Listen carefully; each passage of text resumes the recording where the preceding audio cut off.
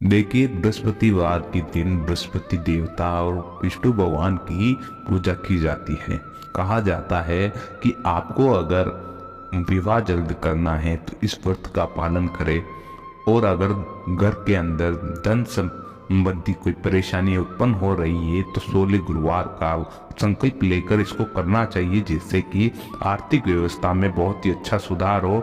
जिससे कि कहा जाता है कि आपके पर्स में कभी भी पैसों की कमी नहीं आएगी, भी हमेशा पर्स भरा ही रहेगा धन से। तो आइए इस बृहस्पति कथा को धैर्य पूर्वक, उत्साह से और आज के दिन जो बृहस्पतिवार है और उत्साह के साथ इसको सुनते हैं, और इसका फल भी बहुत उत्तम और पुण्यकारी माना गया है। देखिए, प्राचीन समय की बात है। एक नगर में एक बड़ा व्यापारी रहता था। वे जहाजों में माल लदवाकर दूसरे देशों में भेजा करता था।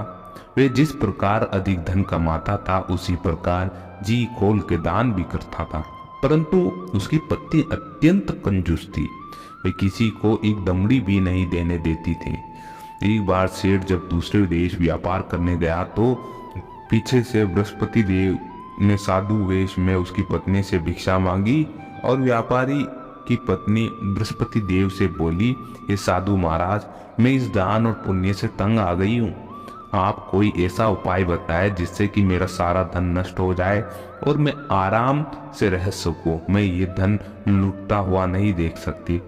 बृहस्पति ने कहा कि हे देवी, तुम बड़ी विचित्र हो। संतान और धन से कोई दुखी होता है।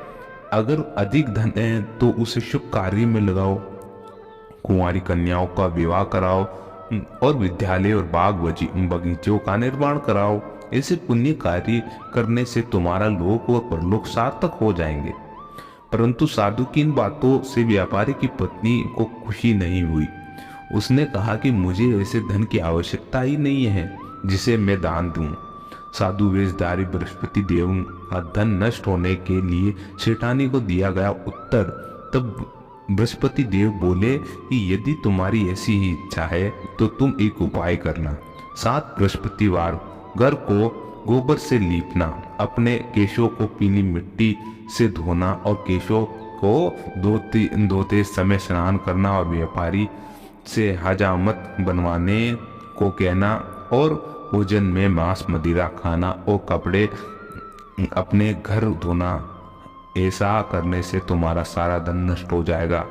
इतना कहकर बृहस्पति देव अंतर्ध्यान हो गए। व्यापारी की पत्नी को बृहस्पति देव के कहे अनुसार 7 बृहस्पति वैसा ही करने का निश्चय किया। केवल 3 बृहस्पतिवार बीते थे कि उसी समस्त धन संपत्ति नष्ट हो गई। वे परलोक सिधार गए। जब व्यापारी वापस आया तो उसने देखा कि उसका सब कुछ नष्ट हो चुका है।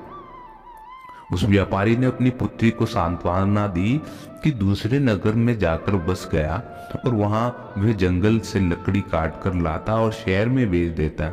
इस तरह वे अपना जीवन व्यतीत करने लगा।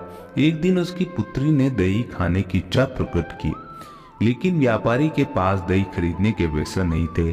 वे अपनी पुत्री को आश्वासन देकर जंगल में लकड़ी काटने चला गया। वहां एक वृक्ष के नीचे अपनी पूर्व दशा पर विचार करके रोने लगा।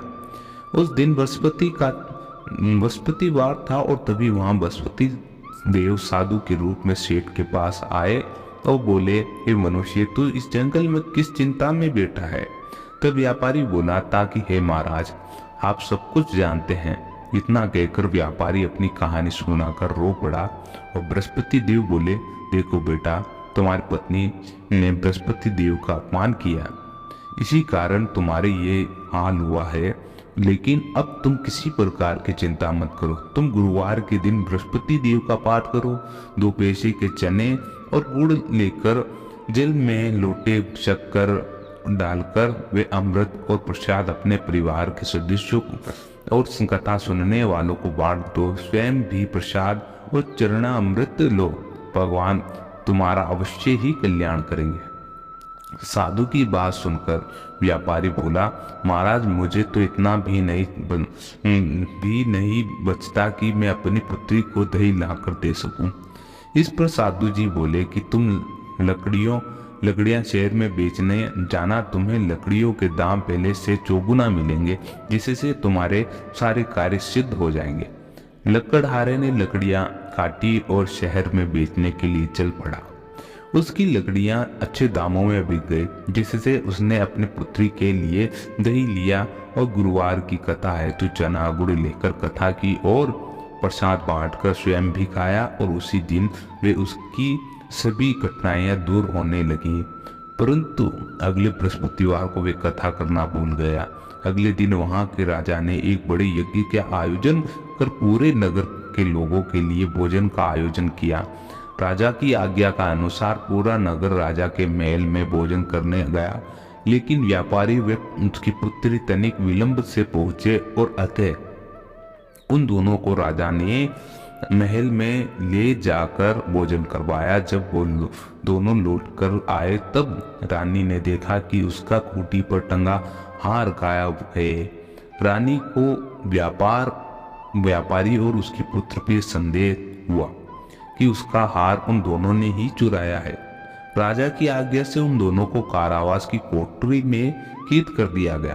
कैद में पकड़कर दोनों को अत्यंत दुखी हुए और वहां उन्होंने बृहस्पति देवता का स्मरण किया। बृहस्पति देव ने प्रकट होकर व्यापारी को उसकी भूल का आभास कराया।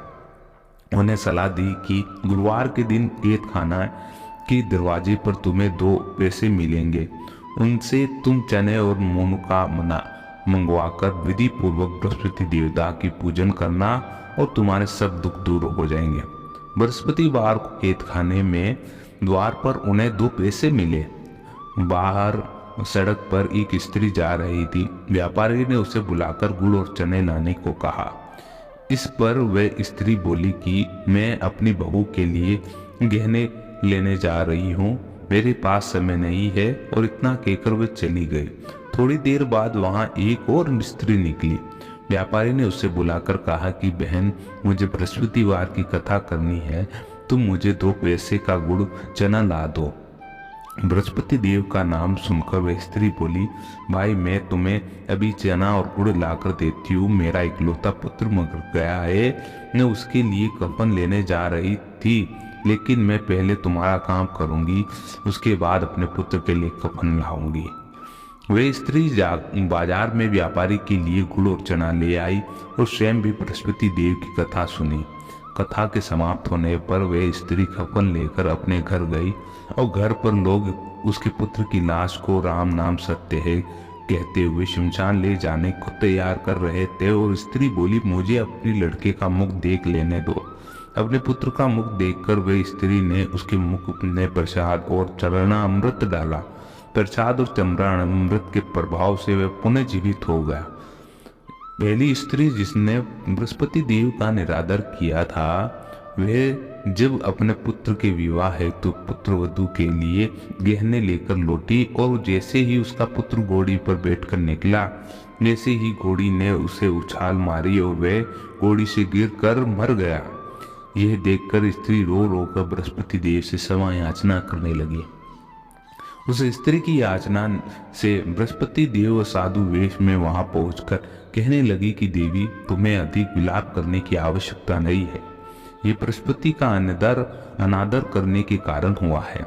तुम वापस जाकर मेरे भक्त को क्षमा मांगकर कथा सुनो और तब ही तुम्हारी मनोकामना पूर्ण होगी। जेल में जाकर उस स्त्री ने व्यापारी से माफी मांगी और कथा सुनी। कथा के उपरांत वे प्रसाद और चरणामृत लेकर अपने घर वापस गई। घर आकर उसने चरणामृत अपने पुत्र यानी मृत पुत्र के मुख में डाला और चरणामृत के प्रभाव से उसका पुत्र जीवित हो उठा। और उसी रात बृहस्पति देव राजा के सपने में आए और बोले, ही राजन, तूने जिस व्यापारी और उसकी पुत्री को जेल में कैद रखा है वे बिल्कुल निर्दोष है, और तुम्हारी रानी का हार वही खूंटी पर टंगा है। दिन निकला और राजा रानी के हार खूंटी पर लटका हुआ देखा। राजा ने उस व्यापारी और उसकी पुत्री को रिहा कर दिया और उन्हें आधा राज्य देकर उसकी पुत्री का विवाह उच्च कुल में करवाकर दहेज में हीरे और जवाहरात दिए। इस प्रकार ये अद्भुत बृहस्पतिवार की कथा पूर्ण हुई।